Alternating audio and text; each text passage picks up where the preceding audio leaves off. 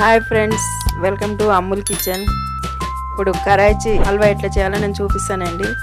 1 cup Complan పిండి అండి, 2 cups water పోసుకొని మంచిగా మిక్సింగ్ చేసుకోవాలండి.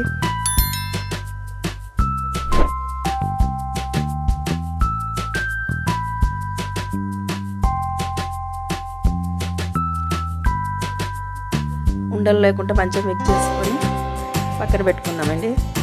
తర్వాత 1.5 కప్పు షుగర్ వేసుకుందామండి.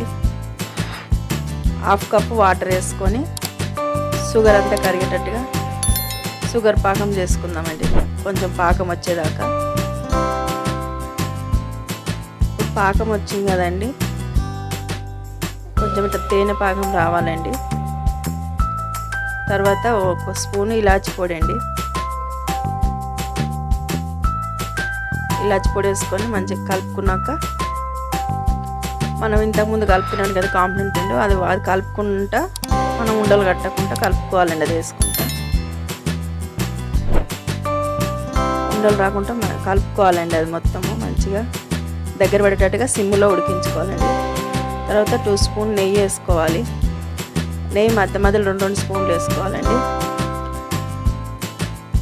నెయ్యి మధ్యలో వేసుకొని కలుపుకోవాలండి. ఇప్పుడు దగ్గర పడ్డది కదండి. ఇప్పుడు ఫుడ్ కలర్ 1/2 స్పూన్ అండి. తర్వాత మళ్ళీ నెయ్యి వేసుకున్నాను 2 స్పూను.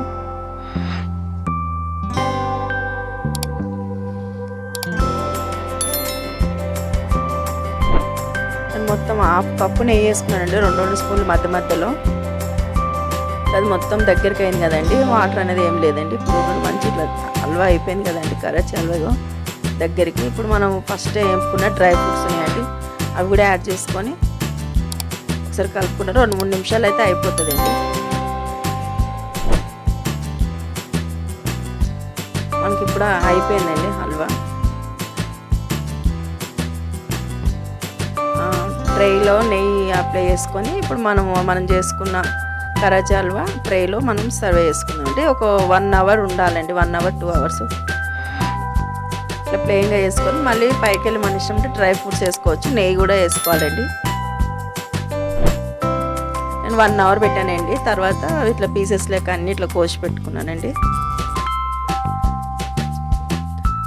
ఏమేమిగా కరాచీ హల్వా అండి.